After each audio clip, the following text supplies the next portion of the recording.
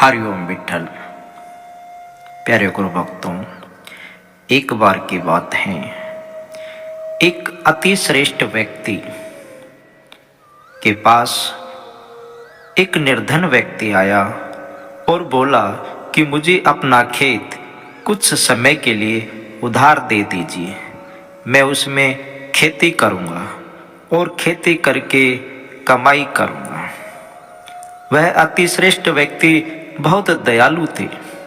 उन्होंने उस निर्धन व्यक्ति को अपना खेत दे दिया और साथ में 5 किसान भी सहायता के रूप में खेती करने को दिए और कहा कि इन 5 किसानों को साथ में लेकर खेती करो, खेती करने में आपको आसानी होगी, इससे तुम और अच्छी फसल की खेती करके कमाई कर पाओगे।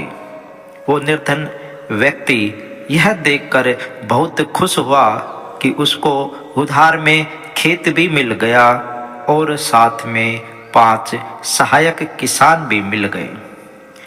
लेकिन वो आदमी अपनी इस खुशी में बहुत खो गया और वह 5 किसान अपनी मर्जी से खेती करने लगे और वह निर्धन व्यक्ति अपनी खुशी में डूबा रहा। और जब फसल काटने का समय आया तो देखा कि फसल बहुत ही खराब हुई थी। उन 5 किसानों ने खेत का उपयोग अच्छे से नहीं किया था, नहीं अच्छे किस्म के बीज डाले जिससे फसल अच्छी हो सके। जब वह अति श्रेष्ठ दयालु व्यक्ति ने अपना खेत वापस मांगा तो निर्धन व्यक्ति रोता हुआ बोला कि मैं तो बर्बाद हो गया, मैं अपनी खुशी में इतना डूबा रहा कि इन 5 किसानों का मैं नियंत्रण न रख सका और ये अपनी मर्जी से खेती करते रहे। अब प्यारे गुरु भक्तों, वह अति श्रेष्ठ व्यक्ति कौन है और वो 5 किसान कौन है, ये जानना अति आवश्यक है। तो बिना किसी देरी किए हम जानते हैं कि वो अति श्रेष्ठ व्यक्ति कौन है। प्यारे गुरु भक्तों, वह अति श्रेष्ठ दयालु व्यक्ति भगवान हैं और जो वो निर्धन व्यक्ति है वो हम हैं और वो 5 किसान हमारी इंद्रियां हैं, आँख, कान, नाक, जीव और मन।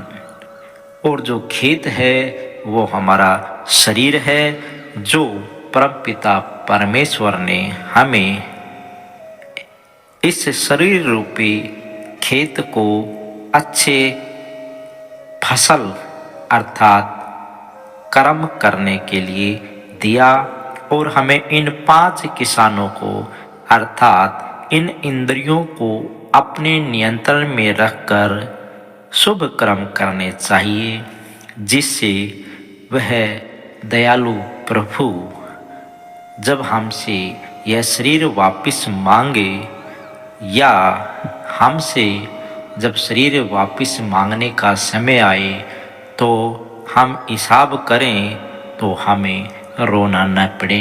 तो प्यारे गुरु भक्तों, परमपिता परमेश्वर ने हमें इस खेत रूपी शरीर को अच्छे कर्म करने के लिए प्रदान किया है, तो हमें इसका सदुपयोग करना चाहिए। हरिओम विठल।